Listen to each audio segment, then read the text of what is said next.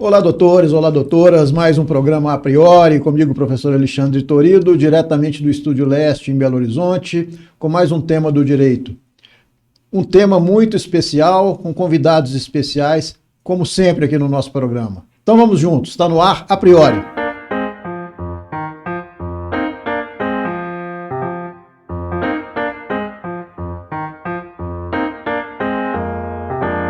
Muito bem, doutores, muito bem, doutoras, mais um programa A Priori e, inicialmente, os nossos agradecimentos a cada um de vocês que tem acompanhado os nossos programas, tem acompanhado o nosso canal, está inscrito no nosso canal. E eu sempre lembro de acionar o sininho para você receber os programas. Toda quarta-feira, às 19 horas, mais um programa A Priori, né? E muito obrigado a cada um e compartilhe, né? Vamos curtir, compartilhar, manda nos seus comentários sugestões de temas, todos são respondidos e é muito importante para o nosso canal. Agradecendo também a parceria da Faculdade ASA de Brumadinho, sempre conosco, eu com muito orgulho de fazer parte daquela instituição como docente. Agradecendo também ao Estúdio Leste, que sempre nos acolhe, com uma infraestrutura excelente, com profissionais da melhor qualidade. E o Estúdio Leste quer fazer o seu podcast, quer a sua aula, o seu curso, procure os responsáveis do Estúdio Leste, o Iraê, o Ricardo, eles vão te atender da melhor qualidade, dão opções de filmagens para você. Os contatos estão aí na sua tela. Muito bem, pessoal, o tema de hoje, um tema muito do nosso cotidiano, muito do nosso dia a dia. Nós vamos tratar dos direitos do consumidor e trazendo questões práticas. Nós vamos mudar um pouco o estilo do nosso programa, com dois convidados especialistas da área do consumidor, mas nós vamos tirar muita dúvida. Eu não, porque eu não sou especialista, eu vou também aprender com esses dois convidados, dois especialistas da área do direito do consumidor, e que eu tenho muita honra em receber hoje no A Priori. Então, muitas dicas, e prestem atenção. Você, tenho certeza absoluta que já passou por uma ou várias situações que nós vamos conversar aqui hoje. E o nosso primeiro convidado, que muito me honra pela presença, Dr. Vitor Gomes Marinho, especialista do direito do consumidor. Dr. Vitor, muito obrigado pela presença, é um prazer recebê-lo. Muito obrigado, Alexandre. Obrigado pela oportunidade. É um prazer estar aqui falando, principalmente sobre algo que eu amo, que é o direito do consumidor e que é um ramo do direito que está presente, talvez seja um dos ramos mais presentes na vida de todas as pessoas. Então, obrigado pela oportunidade e vamos discutir sobre isso aí. Que bom, eu que agradeço pela presença. E o nosso segundo convidado, um amigo, um colega da Faculdade ASA, um docente já há 13 anos naquela instituição, especialista na área do direito do consumidor, professor de direito do consumidor, além de outras disciplinas da Faculdade ASA de Brumadinho. Professor Júlio Moraes, mais uma vez aqui participando do A Priori conosco, abrilhantando ainda mais os conhecimentos do consumidor. Professor Júlio, muito obrigado mais uma vez, sua presença sempre aprazível. Eu que agradeço, professor Torido. Nós somos companheiros aí de Faculdade ASA há 13 anos, né? Eu também tenho muito orgulho de trabalhar naquela instituição há tanto tempo, né? Foi o lugar que me proporcionou a minha carreira profissional, acadêmica e até na advocacia também. Nós temos, né, excelentes alunos que se formaram na faculdade, que hoje são advogados, estão fazendo concurso público, né, muitos com carreiras brilhantes aí em pouco tempo. E o Vitor, apesar de não ser aluno da Faculdade ASA, foi meu aluno de uma outra instituição que eu trabalho, né, e é um desses alunos que tem se destacado no mercado de trabalho aí, né, principalmente com esse novo mercado de trabalho nas redes sociais, né, com internet, Instagram, Facebook. Então ele se dedicou a esse tipo de nicho de mercado, e isso é muito bacana. Então eu resolvi fazer esse convite para ele, já que o assunto era direito do consumidor, para a gente fazer um debate aqui, um bate-papo bem interessante para todo mundo. Muito bom, eu agradeço muito pela sua presença, inclusive pela indicação do Dr. Vitor, que eu tenho certeza que vai nos responder muita coisa interessante, né? E é importante falar, professor, com relação aos alunos, alguns programas atrás veio uma aluna, participou do A Priori, falando sobre o tema do aborto também, uma ex-aluna nossa, né, que está tendo muito sucesso na área criminal, e a gente conversava aqui nos bastidores exatamente sobre isso, né, o sucesso que a gente tem visto aí de alguns alunos depois da formatura, aprovados na OAB antes de se formarem, e é muito gratificante para nós, né? E agradeço pela presença de vocês. E, muito bem, conhecendo os direitos do consumidor, né? Vamos falar um pouco sobre os casos práticos. A gente sabe que o Código de Defesa do Consumidor, que foi editado lá em 1990, trouxe proteção efetiva, né, ao consumidor. Só que muita gente não sabe como usar, né? Ou às vezes desconhece determinados direitos, né? Quer dizer, ou desconhece ou não sabe utilizá-los, né? E a gente está aqui exatamente para bater um bate-bola aqui sobre algumas questões. Eu trouxe até uma relação aqui de situações bem específicas, e como eu disse no começo do programa, eu tenho certeza que quem está nos vendo já pode ter passado por isso, né? Ou já ouviu alguém ter determinados problemas com essas situações, né? Professor Vitor, compra fracionada. Esse é um tema muito interessante, né? O que o senhor tem a me dizer sobre compra fracionada e aquela em que existem, às vezes, uma embalagem com vários produtos, mas você só quer levar um, né? Sim. Como é que é isso? Vamos lá. O pessoal faz uma grande confusão com a venda fracionada por achar que quando um produto é vendido assim, fardos, que vem mais de um, que acredita ser uma venda casada, que nem sempre é verdade. A compra fracionada, ela é permitida, desde que o produto individualizado ele contenha todas as informações necessárias para o consumidor, para que o consumidor tenha acesso a essa informação, seja de quantidade, característica, qualidade, vencimento. Então, quando um objeto que está à venda ali no mercado de consumo é fracionado e fica sem essas informações, o consumidor fica sem ter acesso àquelas informações que estão ali nos princípios dos direitos ao consumidor. Então, aí ela não é permitida.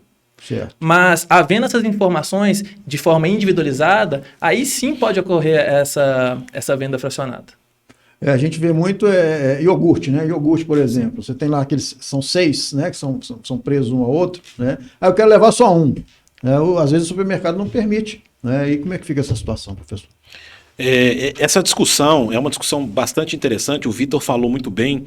O problema que a gente tem no aspecto da compra fracionada é que durante muito tempo os consumidores foram informados de forma indevida.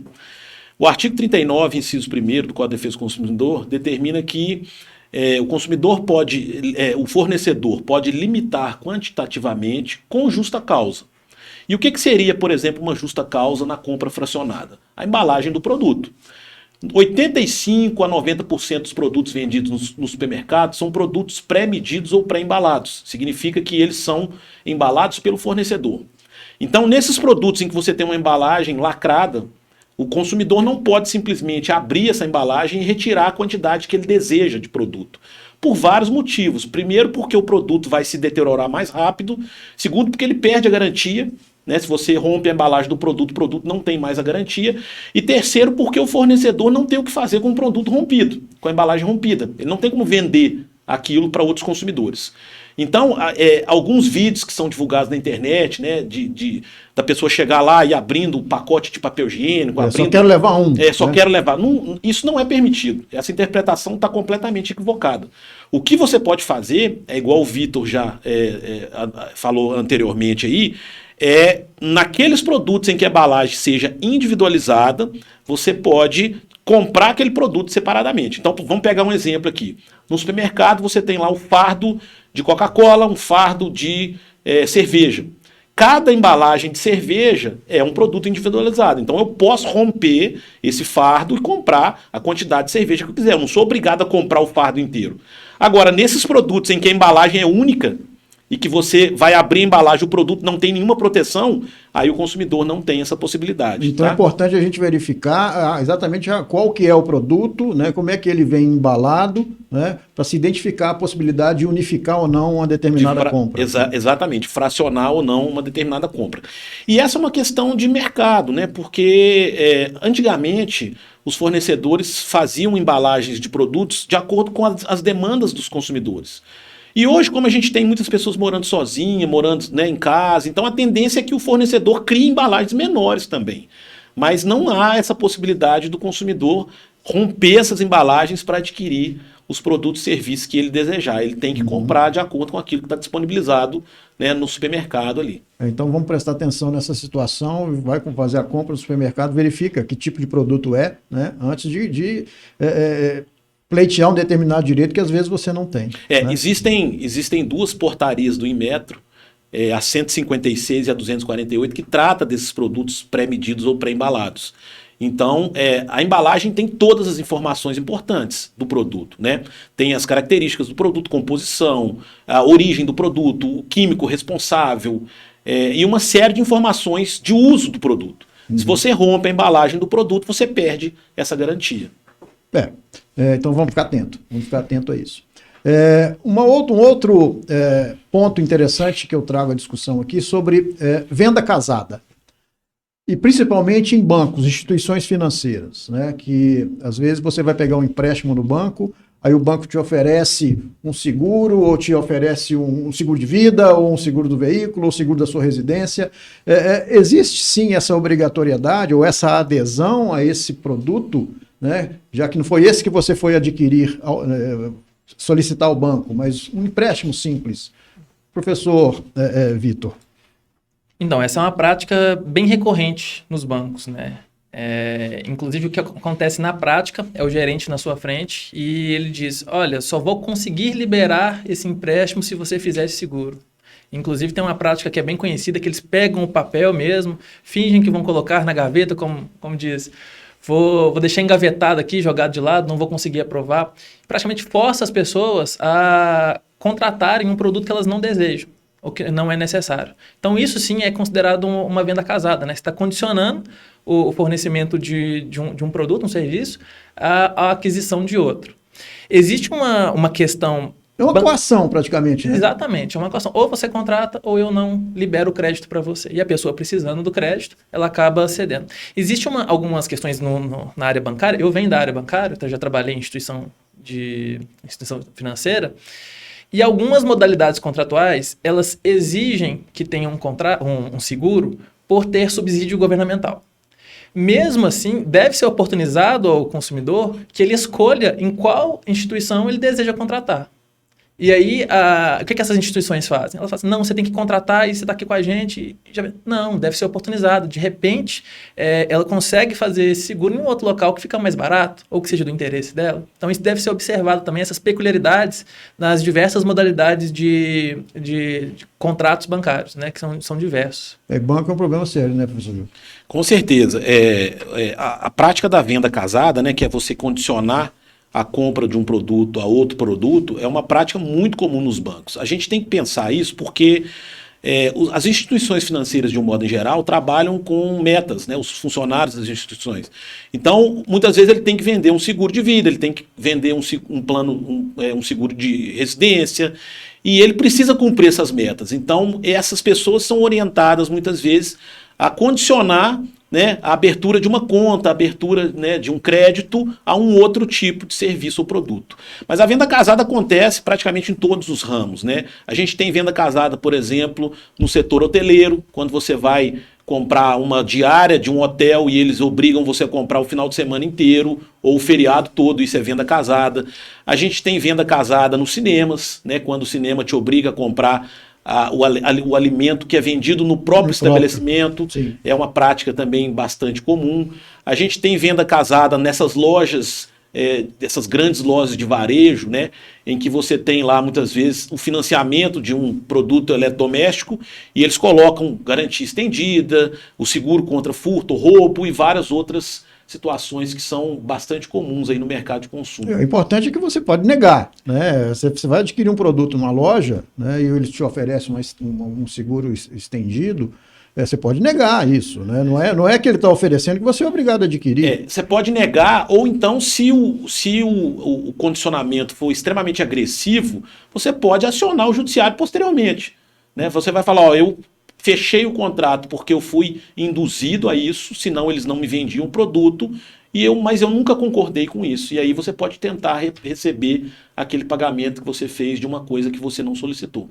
Mais uma atenção que a gente tem que ter, né? A gente não está refém também a tudo que é oferecido, né? Se você vai adquirir um serviço, um produto, e lhe é oferecido outro, lhe é oferecido. Né? Evidentemente que existe aí uma coação velada, porque às vezes se você não adquire esses produtos secundários, você não leva aquilo que você vai efetivamente buscar. Né? Vamos falar de outra coisa. Produtos com preço diferente em supermercado. O mesmo produto com preço diferente. Ou o produto está lá na gôndola com um preço e na hora que você vai passar no caixa está com um valor diferente. Como é que funciona nessa situação? Então, essa é uma outra grande confusão que é causada entre os consumidores, muito por informações que são passadas erradas, né, até em programas de televisão. O que acontece? Havendo divergência de preço entre o mesmo produto, vale o menor. Mas qual que é a confusão que o pessoal faz? Tem um produto sem preço ou com um preço ali, e o outro sem preço. As pessoas acreditam que podem levar pelo preço do lado. Isso não, é só entre mesmos produtos. Quando há divergência entre os mesmos produtos, aí sim vale o menor. Isso aí o consumidor ele pode sim exigir no estabelecimento que seja aplicado ali o menor valor, mas sempre se atentando que essa divergência tem que ser entre o mesmo produto. Se for entre produtos diferentes, aí já não há essa aplicação mais. Ainda tem a questão da leitura você tem que olhar o preço pelo código de barra, né? Isso aí também tem gente que não usa, né? Já pega lá de uma vez, não quer nem saber o preço, mas tem gente que faz a conferência e às vezes dá essa divergência, inclusive no caixa, né, professor? Com certeza. Essa discussão sobre, inclusive, a oferta dos preços, ela aconteceu muito alguns anos atrás, porque a doutrina do direito do consumidor, de um modo geral, não concordava com o uso de código de barras. Porque o código de barras, primeiro, nós não somos leitores de código de barras, você não tem ali uma oferta clara do preço do produto, e muitas vezes é dificultoso. Né? Aqui em Belo Horizonte, por exemplo, você vai num supermercado, muitas vezes o aparelho está quebrado, tem poucos aparelhos para você consultar o preço, e muitas vezes você só consegue consultar o preço do produto no caixa. Né? E aí isso pode trazer constrangimentos para o consumidor e uma série de outras questões. E às vezes você nem lembra do preço que está lá na gôndola com o final que você vai passar no Tanto caixa. produto, exatamente. Né? E aí, mas o que aconteceu? O governo, em 2004, aprovou uma lei permitindo o uso do código de barras como oferta dos produtos. Né? E isso acabou sendo um facilitador para as empresas, né? Porque é claro que tem uma economia, um custo muito menor, você tem um produto, como controlar o estoque do produto, né? Com o código de barras, mas para o consumidor isso é ruim, porque o consumidor muitas vezes se coloca numa situação em que você tem lá os anúncios, né, na gôndola e os preços completamente diferentes. Todo mundo já passou por isso. Então o que a lei determina nesses casos? Caso você tenha divergência entre o preço da gôndola e o preço do produto no caixa, você tem direito de pagar aquele preço que é o menor daquele produto. Né? E isso está vinculado ao princípio da vinculação da oferta. Né? Aquilo que é anunciado tem que ser cumprido da forma que foi anunciado. Eu me lembro quando eu trabalhei algum tempo na minha advocacia com o ramo supermercadista, e eu lembro já há alguns anos, quando foi determinada aquela selagem do valor unitário produto a produto. Né? Depois veio a questão do código de barra, e isso foi um problema terrível, né? Porque gerava um custo maior, o custo tinha que ser repassado, os produtos aumentavam. Né? E a questão do código de barra aumentou um pouco aí a questão da não onerosidade, né? Mas em compensação, eu sinto, enquanto consumidor, às vezes também um pouco limitado aí com relação a preços. Né? Eu confesso que eu não sou daqueles que faz muita conferência, né? Eu não sei se é um erro ou se é um hábito, mas é bom sempre se conferir. Né? Temos um tema muito interessante agora, porque a gente está passando um momento da economia muito difícil, né? Um momento em que existem muitos endividados, esse momento de pandemia, empregos, enfim, muita gente não está conseguindo pagar suas contas. E os nomes são negativados, né? Serasa, SPC, protestos, enfim. Nós temos uma pergunta de uma aluna da Faculdade ASA nesse sentido. Tá? Vamos ver qual é essa pergunta. Olá! Em primeiro lugar, gostaria de cumprimentar aos ilustres participantes do programa A Priori. Cumprimento meu querido professor Alexandre Torido e também aos ilustres convidados, professor Júlio Moraes e Dr. Vitor Gomes Marinho. Meu nome é Maria Lúcia, Sou estudante do curso de Direito da Faculdade ASA de Brumadinho. Atualmente estou no 4º período. Sobre o assunto Direito do Consumidor, gostaria de fazer a seguinte pergunta. Caso o consumidor tenha seu nome inscrito no cadastro de inadimplentes, sem justa causa, sem aviso prévio ou com informações incorretas, a empresa que requisitou a inclusão pode ser responsabilizada por danos morais e materiais? Essa é a minha pergunta. Muito obrigada. É muito boa a sua pergunta, Maria Lúcia, e a resposta é sim, tá? O banco de dados e cadastro de consumidores está previsto no artigo 42 do CDC. E todas as vezes que o consumidor tem seus dados negativados ou inseridos nesses bancos de dados ou cadastro de consumidores, ele precisa ser comunicado previamente sobre essa inserção. Essa comunicação tem que ser prévia para que o consumidor possa tomar providências para evitar um dano maior. Então, os bancos de dados e as empresas que enviam esses dados para esses estabelecimentos são responsáveis, sim, por qualquer dano que o consumidor sofra por uma negativação indevida nesses cadastros de consumidores. E a gente vê aí uma abusividade muito grande, né, o doutor Lucas, o doutor Vitor, porque às vezes a gente tem testemunhado aí pessoas reclamando de 10, 12, 15 ligações por dia de instituições cobrando determinados créditos, né? Isso também é um constrangimento. De fato, uma coisa é você ter uma dívida, reconhecer essa dívida, saber que está devendo e ser cobrado por ela. A empresa tem o direito, sim, de cobrar.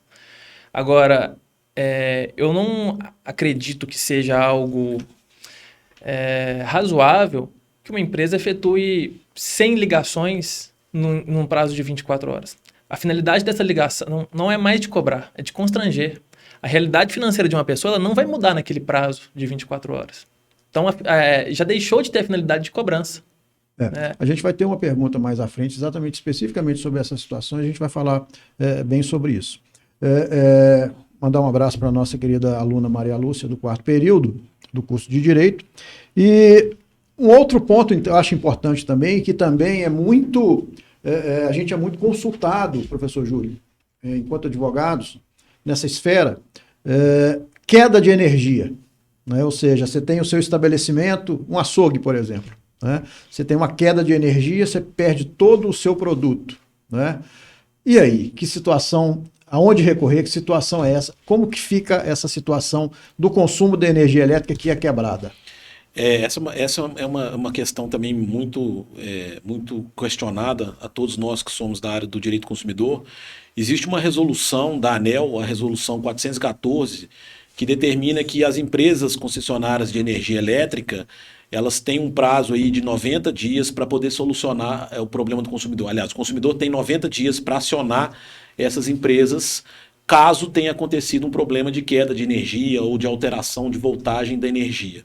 Então, ele faz uma comunicação para essa concessionária, né? Existe lá em praticamente todas, no site delas você vai encontrar lá um lugar específico para se fazer essa comunicação, vai apresentar os seus dados e eles têm um prazo de 10 dias para poderem tomar alguma providência, verificar se vão em loco, né, saber, porque o que precisa ser questionado nessa situação é se houve realmente esse problema naquela região e se a queima do aparelho ou dos aparelhos decorre daquela queda de energia.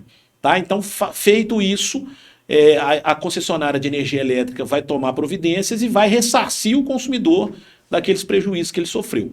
Caso o consumidor não concorde com o posicionamento da concessionária, é claro que ele tem o poder judiciário para poder tomar as providências e tentar receber, né, os prejuízos que ele que tenha ocorrido com ele nesse período. Essa responsabilidade civil da concessionária ela seria subjetiva, no caso? Ela é objetiva. Ela é objetiva, né? Ou seja, ela tem que, independente da culpa dela, ela tem que fornecer a energia. Causou o dano, ela é obrigada a ressarcir. Tem até um caso que a gente teve no escritório, o cidadão ele produzia leite e revendia para uma empresa famosa, né? E como ele teve essa queda e perdeu toda a produção, ele perdeu o contrato dele, né, de repasse para essa empresa. Então, olha a extensão do dano que isso gerou para ele. né? Então, assim, isso é bem perigoso mesmo, essas quedas de energia. E até voltando à questão da responsabilidade objetiva, ligado aí às questões de energia, um outro caso que eu lembrei aqui, o carro do cidadão estava parado debaixo de um poste, e aí o transformador explodiu, aconteceu alguma coisa lá, não sei, caiu uma peça, quebrou, acabou com o carro, deu perda total no carro do cidadão. Nesse caso também, inclusive, é possível sim, né, até nessa resolução da ANEEL, resolver de forma administrativa, sem necessidade de adentrar ao judiciário. Claro, se o consumidor concordar com o que vai ser oferecido, né, os reparos que serão ofertados ali. E quando a gente fala de poder judiciário, a gente tem até medo, né? Porque às vezes a gente pensa que pode ser rápido esse ressarcimento aí, e a gente tem percebido aí que não tem nada rápido, né? E o judiciário já era um pouco moroso em determinadas comarcas para alguns casos, agora em época de pandemia, ou seja, hoje em dia tudo é desculpa. A pandemia é desculpa para tudo, né? O judiciário tá parado por causa da pandemia, enfim, não vamos adentrar nessa questão não, porque tá ficando difícil, né? Nós, enquanto operadores do direito, a gente tem sentido isso, né? Mas enfim, é um tema de um outro programa que a gente vai participar. Já que você tocou nesse ponto, deixa eu só dar uma orientação aqui para os consumidores. Existe uma página do Ministério da Justiça que chama consumidor.gov.br, que é uma página que foi criada para que o consumidor consiga resolver esses problemas com as empresas, tá? E esse consumidor, essa página consumidor.gov.br, você cadastra os seus dados lá e aciona as empresas para poder receber uma resposta administrativamente. Então você evita o poder judiciário. E hoje em dia a gente já tem aproximadamente mais de 1.000 empresas cadastradas no consumidor.gov.br. Quanto menos se tentar evitar o judiciário, é muito melhor, né? Um outro ponto que eu acho importante a gente trazer diz respeito à diferença dos preços dos produtos de acordo com a forma de pagamento, né? Doutor Vitor, é um problema. Sim, é um problema. Até 2017 isso era proibido. Mas aí o governo editou uma lei, né? Salvo engano, 13.455, e que autoriza essa diferenciação do preço em razão da forma de pagamento. Ou seja, se você quer pagar com cartão é um preço, se você quer pagar com débito é um preço, de crédito é outro, dinheiro é um, cheque é outro, nota promissória. Exatamente. Enfim, isso é possível acontecer? É possível sim, tá? Até 2007 existia um posicionamento doutrinário que entendia que essa prática não era permitida, porque o consumidor deveria pagar o mesmo preço independente da forma de pagamento. Em 2017, nós tivemos uma medida provisória que foi convertida em lei, e essa medida provisória convertida em lei, na Lei 13.455, autorizou a cobrança diferenciada. Então é possível hoje eu ir num posto de gasolina, por exemplo, e ter um preço da gasolina no cartão de crédito, um preço no cartão de débito e um preço à vista no dinheiro, tá? É plenamente possível atualmente se fazer isso. A minha pergunta é porque eu já vi, inclusive, discussões, até em posto de gasolina mesmo, ainda bem que você colocou, porque eu lembrei de uma situação aqui, que o consumidor queria pagar um preço, né, menor. O preço menor era em dinheiro, no cartão era um pouco maior, ele queria pagar o dinheiro. Não, cartão também é dinheiro, você também vai receber o dinheiro, né? Eu acho que a gente tem que entender qual que é a intenção dessa lei e para a gente perceber se está havendo algum abuso ou não. Na verdade é porque quando o comerciante ele vende ali com o cartão, ele tem aqueles custos da máquina, né, que é cobrado dele, independente seja débito ou crédito, maior ou menor. Então, eu entendo que essa diferenciação desse preço deveria ser para cobrir esses custos. Agora, o que a gente vê muitos comércios fazendo? Colocando diferenças exorbitantes para pagamento em dinheiro e cartão. Aí eu já vejo um abuso desse direito, né? Eu acho que não fica razoável. Tem em valores módicos, colocam lá 50, 60 reais a mais, que não existe nenhuma máquina que tenha essa taxa aqui que esteja apenas cobrindo ela. Já está sendo um abuso desse direito, né, que foi permitido por essa lei aí. Então a gente pode até definir já, para quem está nos assistindo, que essa possibilidade de diferenciação ela é permitida desde que não seja abusiva. Desde que não seja abusiva. E o critério da abusividade, infelizmente, é extremamente subjetivo, né? Vai depender muito do tipo de produto que você está comprando e da diferença de um preço para o outro. Então não dá para a gente estabelecer a priori, né, o que seria essa abusividade. Mas, por exemplo, um produto que está no cartão de crédito com um preço 20% a mais, aparentemente é um produto que está com um preço abusivo, né? Porque o cartão de crédito, as taxas dele não vão chegar a tanto valor. Não alcança esse percentual, né? Exatamente, mas isso depende de uma análise individual de cada produto, de cada compra, para poder saber se há abusividade ou não. Ou seja, é muito subjetivo. A gente está falando aqui de várias situações, né? Cada uma de forma ampla, mas que a gente tem que individualizar no momento Exatamente. correto, Então, né? se o consumidor passar por essa situação, sugiro que ele procure os órgãos de defesa do consumidor e que o órgão de defesa do consumidor faça uma análise dessa cobrança diferenciada do valor para saber se esse valor é abusivo ou não. Mas é permitido cobrar um valor diferenciado de acordo com a forma de pagamento que você fizer. Está muito claro. Né? Professor Júlio, esse ano a Faculdade ASA faz 20 anos, né? A gente lá já estamos há 13 nessa instituição. É um bom lugar para se trabalhar. Com certeza, eu tenho muito orgulho de trabalhar na Faculdade ASA. Sou talvez dos professores mais antigos da casa, né? E tenho muitas lembranças excelentes, né, de vários alunos, de várias pessoas que eu conheci. É um ambiente de trabalho extremamente agradável para nós professores, para os alunos. Nesse momento de pandemia, a gente está sentindo muita falta, né, desse contato Sem dúvida. com os alunos, né? E é uma instituição que se consolidou no mercado, né? Está aí há 20 anos no mercado e já lançou vários profissionais de sucesso aí. Nós temos vários alunos aí que estão trabalhando na advocacia, em concursos públicos. Falamos isso no começo do programa. Exatamente, né? Então, eu tenho muito orgulho de fazer parte dessa instituição. Doutor Vitor conhece a Faculdade ASA? Ainda não tive prazer de ir a Brumadinho conhecer a faculdade, mas... Professor Júlio, ele não conhece a Faculdade Nós ASA. vamos, pode deixar que nós vamos marcar. Ele não conhece. Então, sabe o que vai acontecer agora? Ele vai conhecer, porque a gente vai ver um vídeo institucional. Doutor Vitor vai conhecer a faculdade. E logo em seguida, doutor Vitor, também uma pergunta de um aluno da Faculdade ASA, ligada a essa questão da abusividade de cobrança que o senhor começou a falar e a gente conclui. Vamos ver o vídeo e a pergunta. A Faculdade ASA em Brumadinho está entre as melhores instituições de ensino do país, pela sua qualidade de ensino, infraestrutura e projeto pedagógico. Aqui você encontra ensino com qualidade assegurada pelo MEC. Cerca de 90% dos professores são mestres e doutores com ampla experiência no mercado de trabalho. Oferecemos cursos de graduação, técnicos, extensão e pós-graduação. Temos diversos laboratórios para as aulas práticas, os quais foram projetados e construídos para o melhor aprendizado dos nossos alunos. Através da parceria com a FAPEMIG, oferecemos bolsas de iniciação científica aos alunos da graduação. A Faculdade ASA possui metodologia ativa e coloca os estudantes como o principal agente de aprendizagem. Possuímos também transporte gratuito para os alunos da graduação. Diga sim para o seu futuro. Venha para a Faculdade ASA.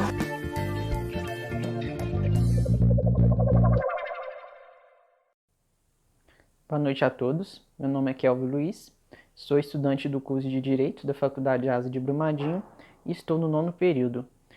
Primeiramente, eu gostaria de agradecer ao professor Torido pela oportunidade e pelo convite. E também quero cumprimentar os professores Dr. Júlio e Dr. Victor. Pois bem, a seguinte provocação que eu gostaria de fazer-lhes é no sentido de que, no âmbito do direito das obrigações, nós temos a figura do credor e do devedor, sendo comum que ambos tentem exercer os seus direitos. Só que, no caso do credor, existem alguns casos em que este age com certo excesso, assim dizendo. Em situações como quando ele liga para o devedor em seu local de trabalho reiteradas vezes, o que gera um certo transtorno por parte desse devedor consumidor.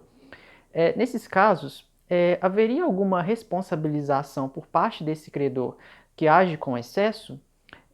No nosso Código de Defesa do Consumidor, há alguma previsão expressa acerca disso? No mais, essa pergunta que eu gostaria de fazer e renovo meus agradecimentos. Boa noite. Kelvin, muito boa a sua pergunta. Essa é uma dúvida que é recorrente, tá? Então vamos lá. A cobrança de dívidas ela pode ser efetuada, ela pode ser realizada até porque existe uma dívida que é reconhecida. O que não pode ocorrer é esse abuso do direito das empresas de cobrança. Como eu disse anteriormente, de fazer ali 100, 200 ligações em um prazo de 24 horas. O intuito dessa cobrança excessiva, ela não é de cobrar, é de constranger. E a cobrança ela não pode expor o consumidor a um vexame, a um constrangimento. Ela deve ter a finalidade apenas de cobrar, não de constranger. Então, a cobrança ela é permitida, mas desde que seja feito de forma razoável. Eu não consigo entender essa situação, porque as empresas, eu acho que entendem que quanto mais ligarem, né, mais elas têm a possibilidade de receber. Né? Ou seja, elas constrangem, fazem uma coação falando assim, não, quanto mais eu ligar, mais ele vai querer resolver o problema. E às vezes é exatamente o contrário. Né? A pessoa fala assim, ele está me ligando tanto que eu não quero nem ouvir falar, não quero nem negociar. Faça o que tiver que fazer com relação a essas cobranças. Né? Alguma medida, professor Júlio, pode ser tomada com relação a essa situação dessas cobranças, ligações abusivas? Claro. Hoje em dia nós temos aí cadastros disponíveis no Ministério Público, em vários estados a gente tem cadastros disponíveis que o consumidor pode cadastrar o seu nome para evitar essas ligações, tanto de cobrança quanto de oferta de produtos e serviços. Além disso, o consumidor que se sentir ofendido por uma cobrança abusiva, ele pode procurar o Poder Judiciário. Né? Então, é muito comum, a gente tem vários problemas aqui no Brasil de cobranças abusivas, de empresa que coloca carro de som na porta do consumidor, falando que ele é o devedor do mês, coloca a foto do consumidor na entrada do estabelecimento para cobrar uma determinada dívida, liga 200, 400 vezes. Há poucos dias atrás teve uma decisão do STJ sobre um caso de dezenas, centenas de ligações para cobrar o consumidor. Então a empresa tem o direito de cobrar a dívida, mas ela tem que agir dentro daquilo que é razoável.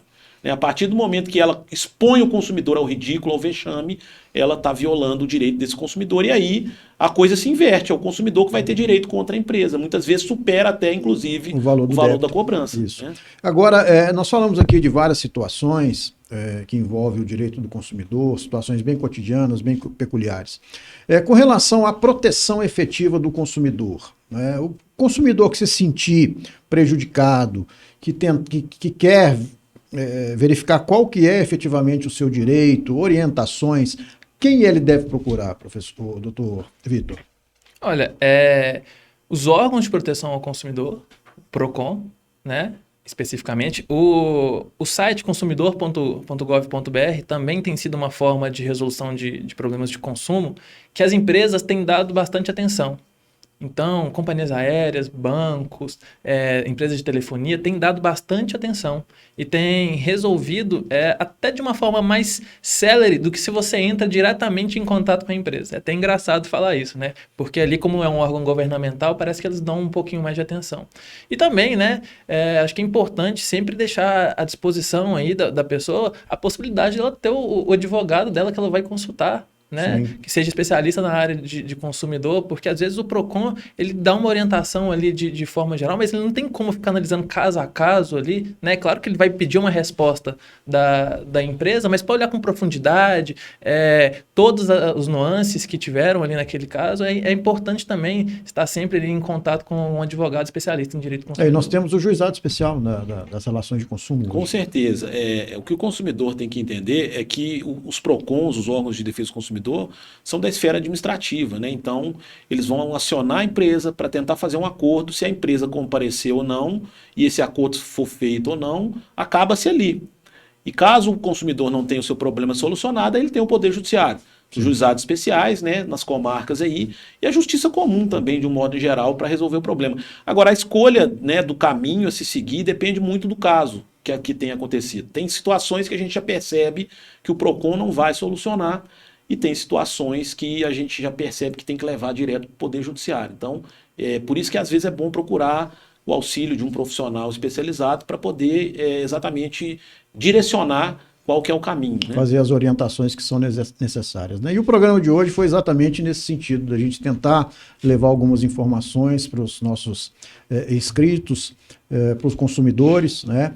E infelizmente chegamos aí ao fim desse primeiro programa. Vamos ter outros programas com esses debates, fica desde já o convite para os doutores, porque tem muita coisa a se falar, né? Muita coisa que ainda está obscura, muito artigo do Código de Defesa do Consumidor que deve ser melhor explorado, e a gente vai tentar aqui nos próximos programas ligados ao consumidor trazer essas orientações e esses entendimentos. Doutor Vitor, muito obrigado pela sua presença. O A Priori está aberto para o senhor quando quiser. Muito obrigado. Muito obrigado, Alexandre. Muito obrigado, professor Júlio, também pelo convite. Foi um prazer estar aqui com vocês e sempre que precisarem, podem contar comigo. O senhor quer deixar o endereço do Instagram? Claro, para quem quiser lá procurar no Instagram, estou sempre dando dicas para consumidores de forma prática, de forma que o consumidor consiga entender. É o @VictorMarinho. Podem me acompanhar por lá. Tá joia. Está aparecendo na tela aí o endereço. Muito obrigado, doutor. Professor Júlio, mais uma vez, muito obrigado. O professor Júlio, mais uma vez, indico a obra do Direito do Consumidor, curso de Direito do Consumidor, do professor Júlio, na sua 7ª edição, uma obra fantástica, já aí falada pelo Brasil, né, e até no exterior, mencionando o nome do professor Júlio e a sua obra. Muito obrigado pela presença. Professor Alexandre, eu que agradeço mais uma vez o convite de participar do seu programa A Priori, que tem sido um sucesso nas redes sociais. Eu fico muito honrado com esse convite, principalmente por esse programa de hoje em especial, né, porque eu trouxe um aluno meu que está aqui debatendo de igual para igual sobre um assunto, né, tão importante para a sociedade. E isso mostra para todo mundo, né, que a gente consegue, com estudo, com preparação, né, chegar onde a gente quer, basta a gente correr atrás. Então isso muito me orgulha, né, trazer aqui no programa um aluno que foi meu aluno e que agora é meu colega de trabalho, né, no direito do consumidor. Muito obrigado. Não tenho dúvida, realmente é um motivo de orgulho nós, enquanto docentes, aí, vermos um fruto, né, germinando aí e fazendo sucesso, é muito bom, né? Parabéns pela sua carreira e muito sucesso, o doutor Júlio, o doutor Vitor. Pois é, pessoal, chegamos ao final de mais um A Priori. Ficaram as dicas relativamente ao direito do consumidor. Vamos procurar conhecer, vamos reivindicar aquilo que realmente é do seu direito, procurar saber as coisas e principalmente você que é operador do direito, que é estudante do direito, orientar aqueles que não têm esse acesso. E é exatamente por isso que nós temos o nosso programa A Priori, que é feito para você, estudante do direito, para você cidadão, para você, no caso de hoje, consumidor. Ok? Muito obrigado mais uma vez. Gostou do nosso conteúdo? Compartilhe, vamos curtir. Divulgar é importante, vocês têm a responsabilidade disso. Divulgar os temas do direito que são muito importantes. Faculdade ASA, invista no seu futuro. Muito obrigado, até a próxima.